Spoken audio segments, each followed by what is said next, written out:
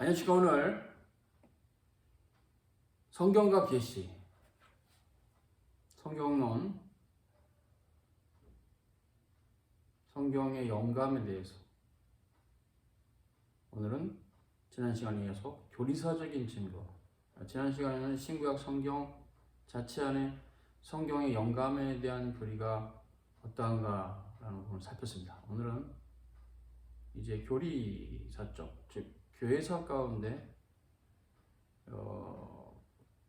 교부들이나 종교개혁자들이 또 그 이후의 역사에서도 성경을 어떻게 봤고 또 영감에서 어떤 말 했는지 살펴보기로 하겠습니다.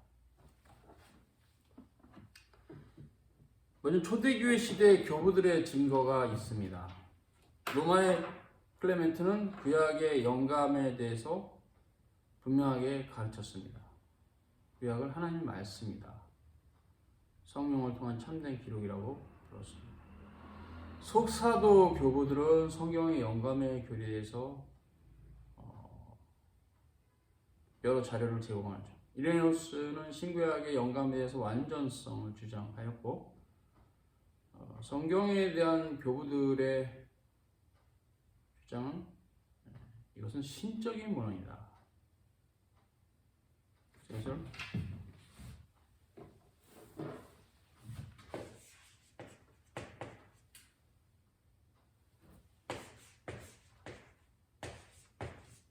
데이아그라페 이렇게 썼어요. 데이아그라페.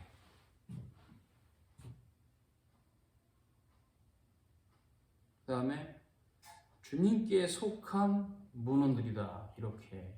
이것은 쿠리아카이.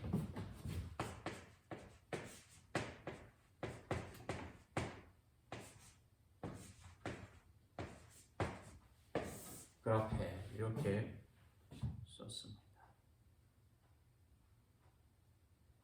하나님께서 영감하신 문헌이다. 이런 이제 증거들이 있는데요. 데오 푸누스토이 그라페.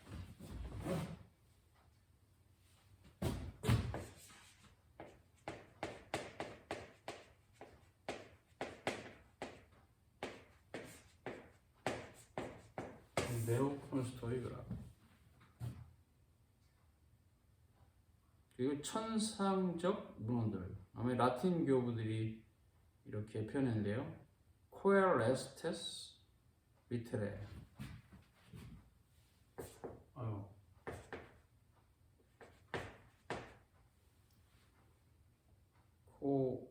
코엘레스테스 리테레.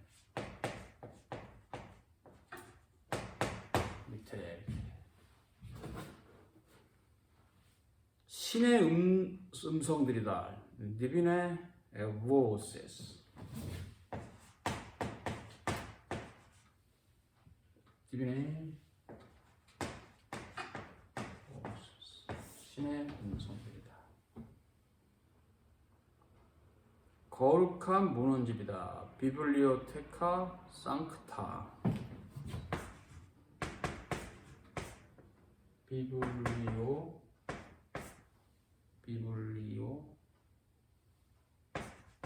테카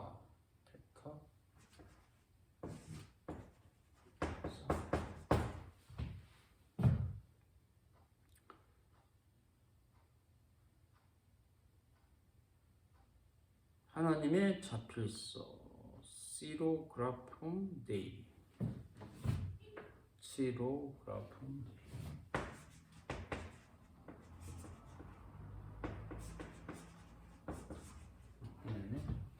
이런 표현들을 썼습니다.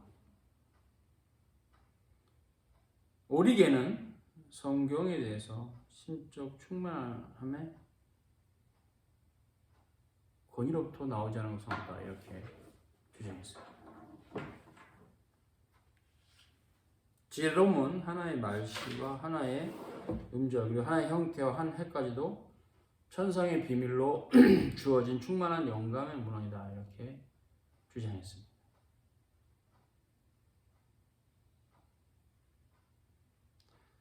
성경을 기록한 기록자들에 대해서 교부들은 하나님의 은혜로 섬기는 자들 이렇게 했어요.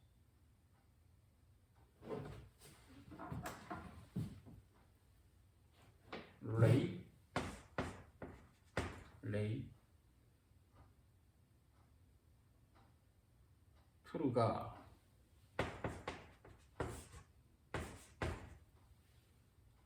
레이투가 테스 카리토스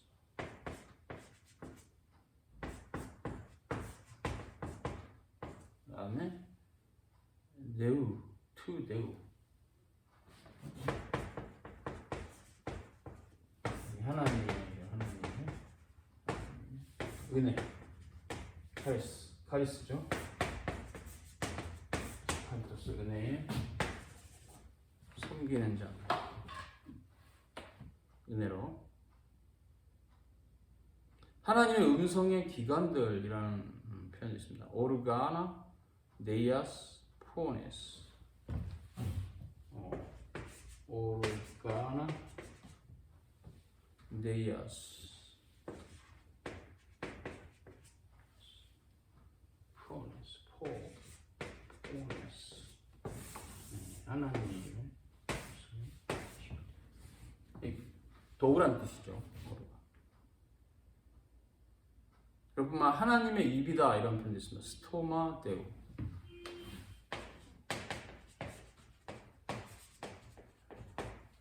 하나님의 스토마 데우.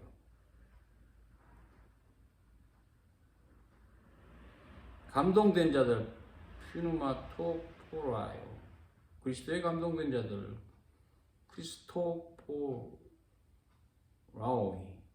영감을 받은 자들 엠푸누스텐테스. 하나님으로 인도된 자들 네오포로메노이스. 성령으로 충만한 자들 스피리투 디비노 이눈다티 프레니 뭐 이런 의미가 있습니다. 교부들이 이제 이런 표현들은 성경에 대한 표현과 성경을 기록한 저자들에 대한 표현이죠. 그래서 대충 읽어보면 성경에 대한 표현은 그건 하나님의 말씀이다. 정확하게 이렇게 말하고 이 기록자들은 하나님께서 쓰신 도구들이다. 이렇게 말하고 있어요. 총평을 한다면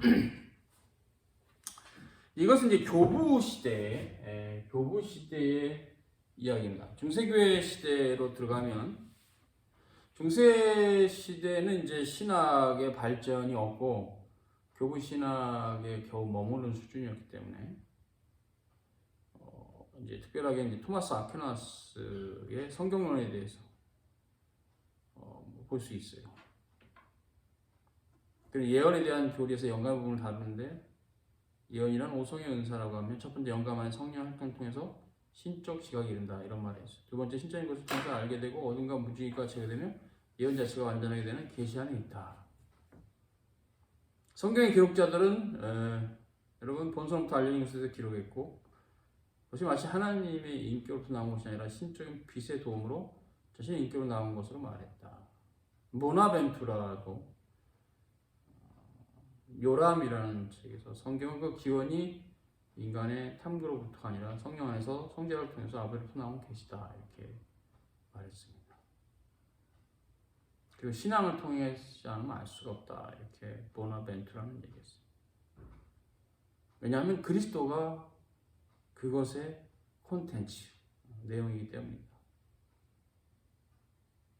하나님의 심장이고 하나님의 입이며 하나님의 언어고 하나님의 도안이다 이렇게 보나벤투라가 얘기를 했습니다. 트렌트 공의회는 제4차회에서 진리는 기록된 책과 기록되지 않은 전통 안에 있다 함으로써 영감이 기록된 문헌과 기록되지 않은 전통에까지 확대되어 있다. 이런 전통들은 성경으로부터 선언된 것으로 제한한다. 이렇게 이제 공의회에서 얘기를 했어요. 로마 카톨릭 신학자들 사이에 영감의 방식과 본성에 있어서 큰 차이를 갖고 있는데요. 은혜의 교리에 대해서 어틴주의에 대한 추종자들, 얀센주의자들과 어틴주의자들과 도미니크 회원들이 그럽니다. 그들 모든 기록자에게 한 단어까지 미치는 하나님의 신의 내적 사역. 있다 이렇게 주장했어요.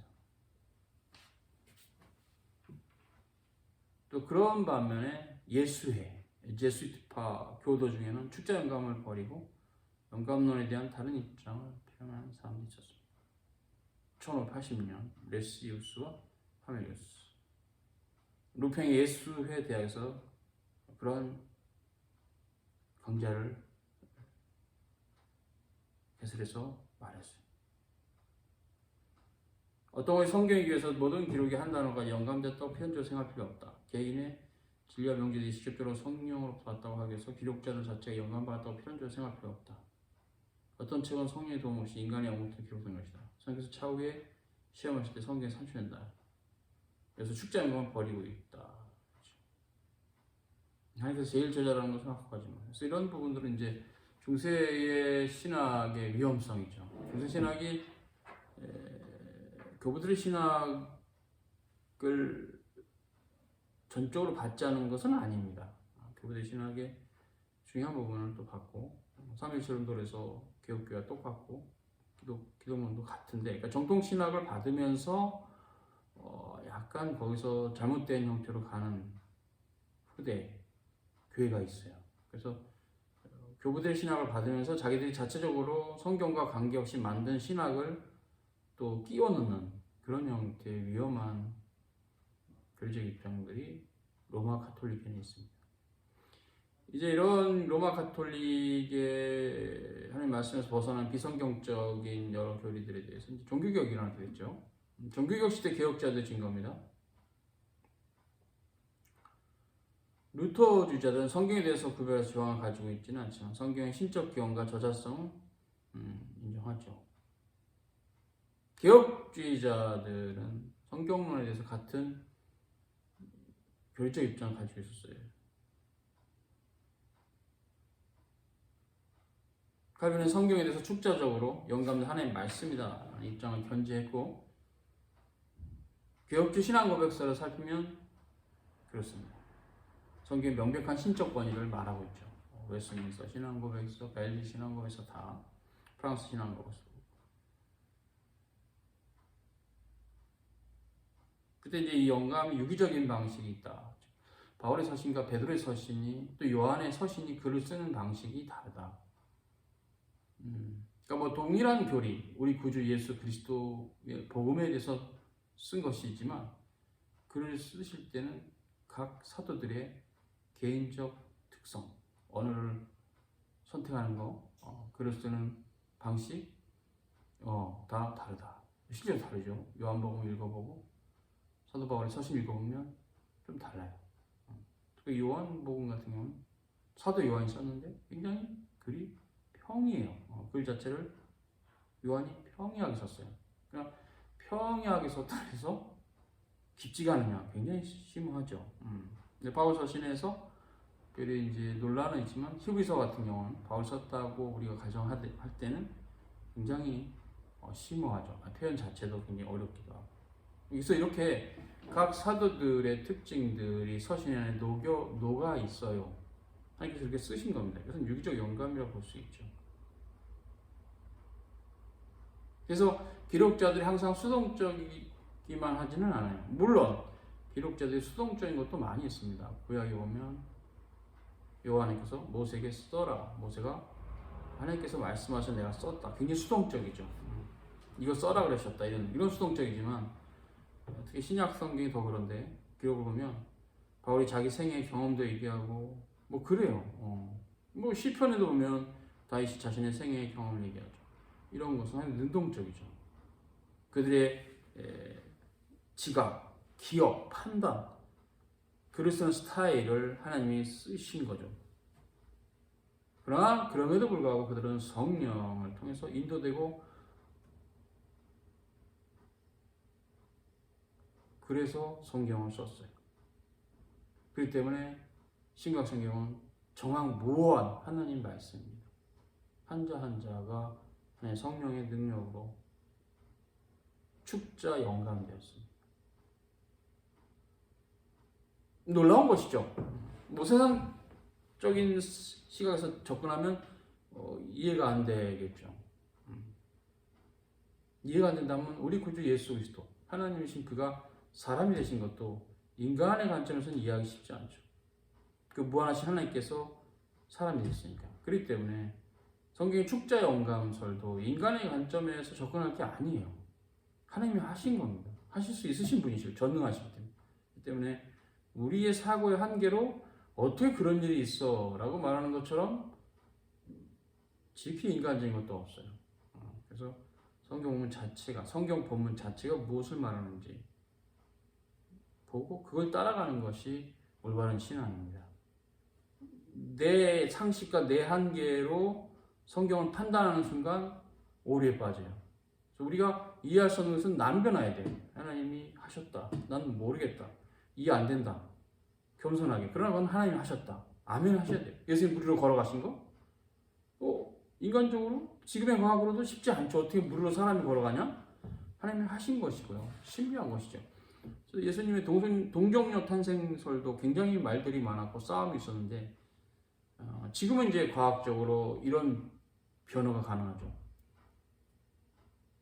모체가 부체, 즉 아버지 없이도 어머니만으로서 다음 세대가 나올 수 있다. 이게 이제 지금 과학적으로 체세포 분열이라는 걸로 생명체가 나오니까 반드시 절대적으로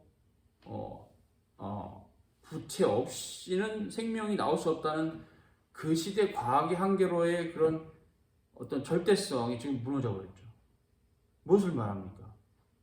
항상 어느 시대인지 우리의 한계 안에 있어요. 하나님은 무한하신 분이고 전능하신 분이고 전지하신 분이시기 때문에 우리가 우리의 한계에 있는데 자꾸 인간들은 자기의 한계를 절대시하니까 나중에는 속된 말로 쪽팔리게 되는 거죠. 고전역학도 마찬가지잖아요. 계속 그것이 옳다고 주장했다가 나중에 양자역학이 나오면서 속된 말로 쪽팔리게 된 거죠. 우리 말이 다 맞는 건 아니었구나 이렇게 되는 거죠. 하나님의 무한성에 대해서 우리가 묵상하면 좀 자기 생각으로 자기 상식의 어떤 사고의 한계로 그 무한하신 하나님을 제발 재단하지 말았으면 좋겠어. 성경이 말한 대로 가고 성경이 침묵하면 우리도 침묵하고 왜 자기가 이렇게 결론을 내야 되나요? 우리가 결론을 내는 자인가요? 하나님이 결론을 내신 분이죠. 우리는 그가 말씀하신 바 순종하고 따라가는 자들이지 우리가 세상의 모든 것을 결론을 내서 딱 이거다라고 말할 수 있는 사람은 아니에요. 그러니까 교회가 공적으로 받은 신조 같은 건 굉장히 중요하기 때문에 함부로 그것을 건드리면 안 되겠지만 신앙 고백이나 이런 거는 그렇지만 한 인간이 자기가 모든 결론을 내요. 그런 건 없어요. 그렇지 않아요. 인간은 그렇게 긴 세월을 살지도 못하고 뭐 그렇게 지식이 많지도 않아요. 하나 앞에 쓰면 아무것도 아니에요. 그러니까 이렇게 너무나 우리의 판단으로 모든 것을 재단하는 지금 우리 시대의 어떤 그런 사고방식들, 학자들도 마찬가지인데 오만한 겁니다. 그래서 성경의 축자연감설은 굉장히 중요한 변개될 수 없는 교회의 올바른 전통이고 따라가야 돼요. 어떻게 그런 일이 우리 하나님은 할 수 있습니다. 어떻게 그런 일이 있어라고 말하지 말아야 됩니다. 자, 그래서 영감은 소극적이지 않고 적극적이다.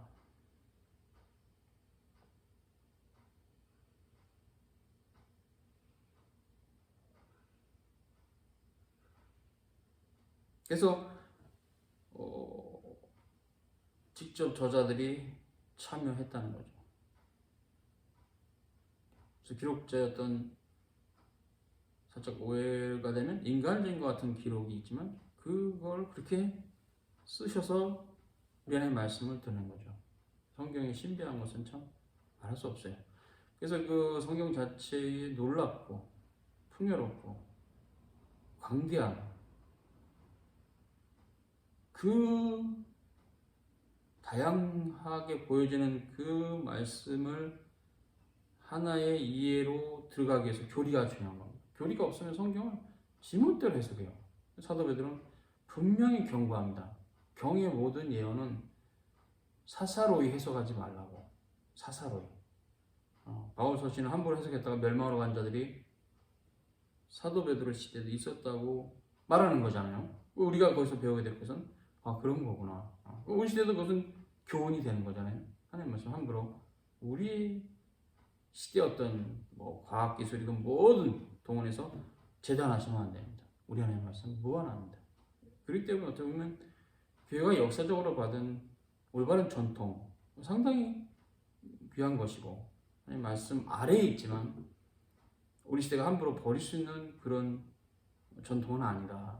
삼일체나 예수 그리스도 이성의 인격교리나 성경의 영감론이나 이런 거 신각성경의 무엇성 이런 걸 우리가 어떻게 우리 시대의 한계로 재단을 할 수 있을까요? 그것은 오만입니다.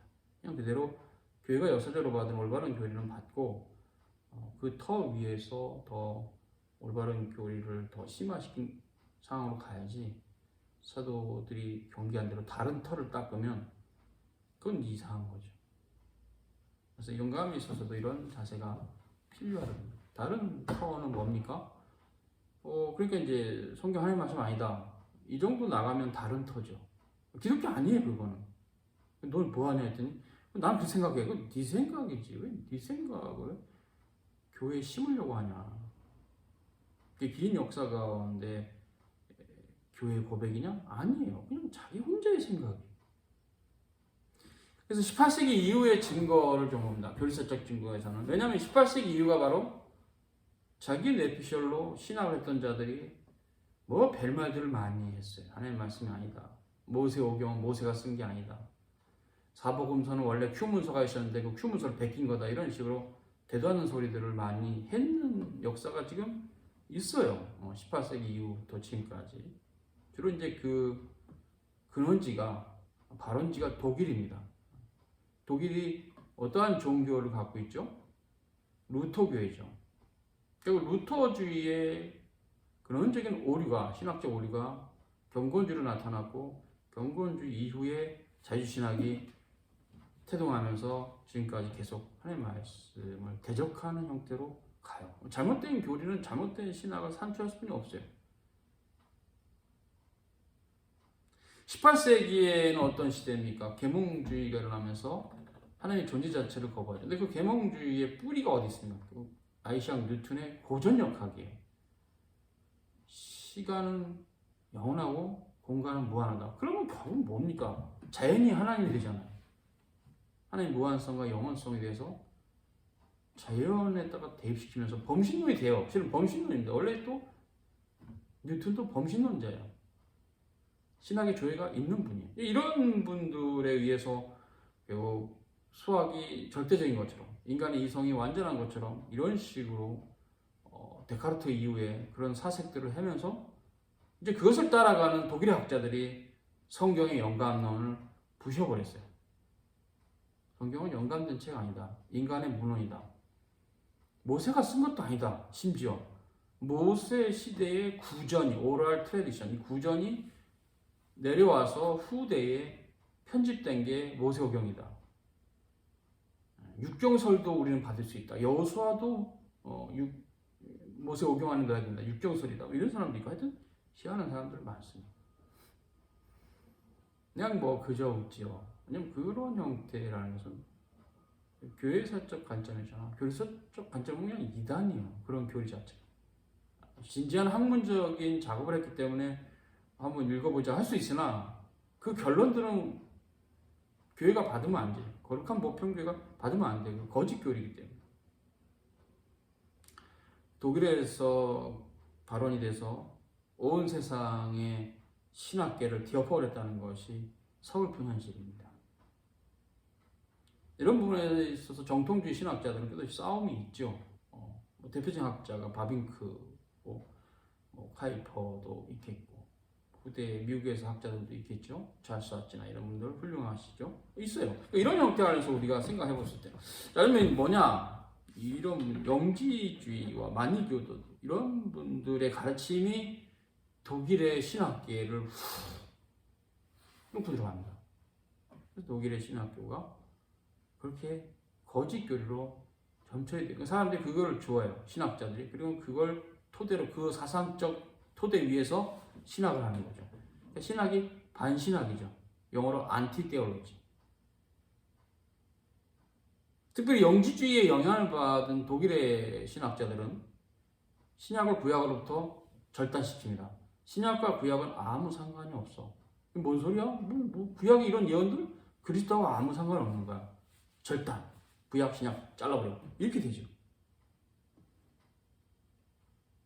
그래서 이제 그런 형태는 영지주의를 따라가는 거야.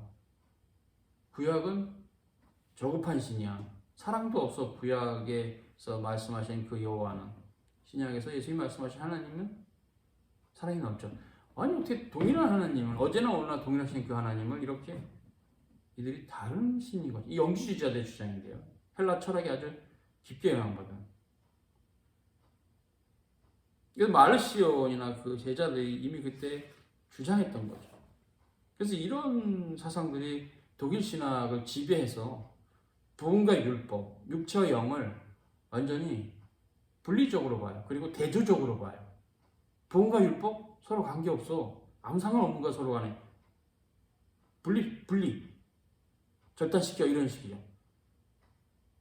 이것을 또 바울의 가르침에서 바울 신학 뭐 이런 바울의 어떤 대립성이다.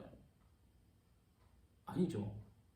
바울의 얘기가 아니라 바울을 그렇게 본 그분의 얘기. 이런 부분들이 결국 이제 독일의 자유주의 신학의 어떤 계속적으로 축적된 지식으로서 남고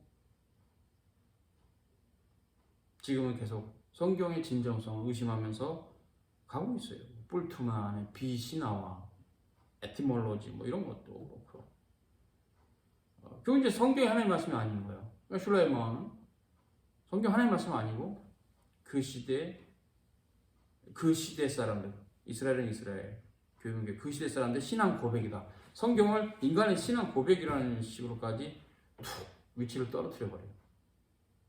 그들이 얘기하고 싶은 결론은 뭐 하나님 없다는 거죠. 하나님의 존재를 부정하는 겁니다. 또 그들이 그렇게 된 것은 18세기 이후 발생한 세속주의, 강력한 세속주의에 그들이 영향을 받아요. 아주 그냥 함몰돼 버려요. 그것이 맞다고 생각하니까 그게 맞다고 믿어버린 사람에게 하나님이 안 믿어지겠지. 이건 믿음의 문제. 하나님의 존재는 인간 편에서 과학으로 증명 불가합니다. 하나님이 과학으로 증명이 되신 하나님은 아니세요. 수학으로도 증명이 안 됩니다. 하나님은 오직 믿음으로만 알 수 있어요. 인간이 어떤 노력을 해도 우리 하나님 알 수가 없는 분이 그만큼 크신 분이에요. 그럴 뿐만 아니라 이 인간은 첫 창조로부터 타락해서 그 지성이 많이 어두워졌는데 그 어두운 지성으로 뭐 이데아가 있다는 둥 뭐 이런 뭐 횡설수설하는 그런 철학의 가르침은 갈 수 있으나 십자가의 도는 알 수가 없어요. 믿음이 없으면. 이건 믿음의 차이예요.